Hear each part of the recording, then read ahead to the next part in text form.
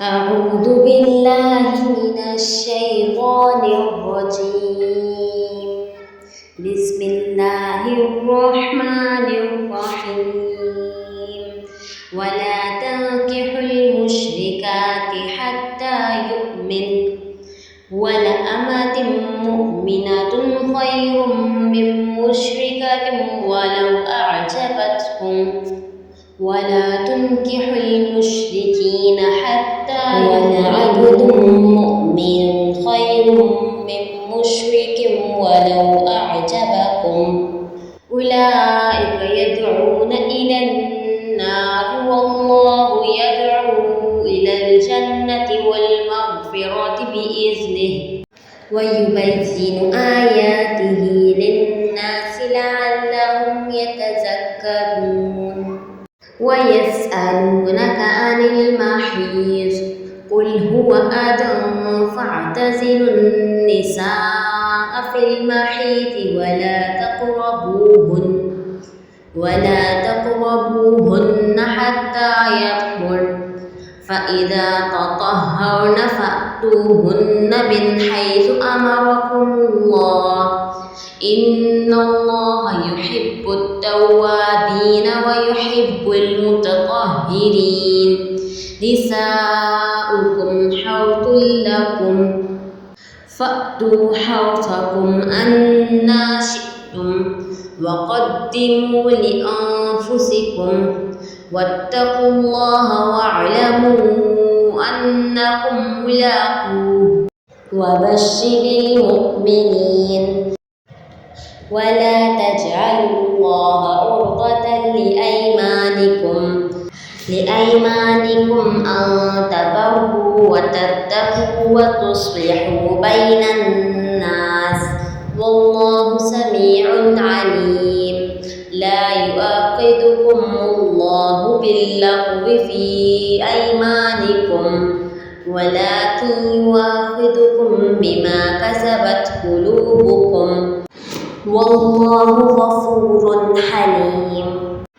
للذين يؤلون من نسائهم تربص 4 أشهر فإن فاءوا فإن الله غفور رحيم وإن عزموا الطلاق فإن الله سميع عليم والمطلقات يتربصن بأنفسهن 3 قراء ولا يحل لهن أن يكتمن ما خلق الله في أرحامهن إن كن يؤمن بالله واليوم الآخر وبعولتهن أحق بردهن في ذلك إن أرادوا إصلاحا ولهن مثل الذي عليهن بالمعروف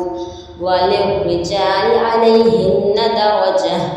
والله عزيز حكيم الطلاق 2 فإمساك بمعروف أو تصريح بإحسان ولا يحل لكم أن تأخذوا مما آتيتموهن شيئا إلا أن يخاف ألا يقيم حدود الله فإن خفتم ألا يقيم حدود الله فلا جناح عليهما فيما افتدت به تلك حدود الله فلا تحتدها ومن يتعد حدود الله فأولئك هم الظالمون فإن طلقها فلا تحل له من بعد حتى تنكح زوجا غيره فإن طلقها فلا جناح عليهما أن يتراجعا إن ظنا أن يقيما حدود الله وتلك حدود الله يبينها لقوم يعلمون وإذا طلقتم النساء فبلغن أجلهن فأمسكوهن بمعروف أو سرحوهن بمعروف ولا تمسكوهن ضرارا لتعتدوا ومن يفعل ذلك فقد ظلم نفسه ولا تتخذوا آيات الله هزوا واذكروا نعمة الله عليكم وما أنزل عليكم من الكتاب والحكمة يعظكم به واتقوا الله واعلموا أن الله بكل شيء عليم وإذا طلقتم النساء فبلغن أجلهن فلا تعضلوهن أن ينكحن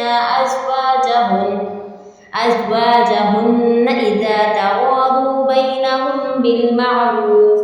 ذلك يوعظ به من كان منكم يؤمن بالله واليوم الآخر ذلكم أزكى لكم وأطهر والله يعلم وأنتم لا تعلمون والوالدات يرضعن أولادهن حولين كاملين لمن أراد أن يتم الرضاعة وعلى المولود له رزقهن وكسوتهن بالمعروف لا تكلف نفس إلا وسعها لا تضار والدة بولدها ولا مولود له بولده وعلى الوارث مثل ذلك فإن أراد فصالا عن تراض منهما وتشاور فلا جناح عليهما وإن أردتم أن تسترضعوا أولادكم فلا جناح عليكم إذا سلمتم ما آتيتم بالمعروف واتقوا الله واعلموا أن الله بما تعملون بصير والذين يتوفون منكم ويذرون أزواجا يتربصن بأنفسهن أربعة أشهر وعشرا فإذا بلغن أجلهن فلا جناح عليكم فيما فعلن في أنفسهن بالمعروف والله بما تعملون خبير ولا جناح عليكم فيما عرضتم به من خطبة النساء أو أكننتم في أنفسكم علم الله أنكم ستذكرونهن ولكن لا تواعدوهن سرا إلا أن تقولوا قولا معروفا ولا تعزموا عقدة النكاح حتى يبلغ الكتاب أجله واعلموا أن الله يعلم ما في أنفسكم فاحذروه واعلموا أن الله غفور حليم لا جناح عليكم إن طلقتم النساء ما لم تمسوهن أو تفرضوا لهن فريضة ومتعوهن على الموسع قدره وعلى المقتر قدره متاعا بالمعروف حقا على المحسنين وإن طلقتموهن من قبل أن تمسوهن وقد فرضتم لهن فريضة فنصف ما فرضتم إلا أن يعفون أو يعفو الذي بيده عقدة النكاح وأن تعفوا أقرب للتقوى ولا تنسوا الفضل بينكم إن الله بما تعملون بصير حافظوا على الصلوات والصلاة الوسطى وقوموا لله قانتين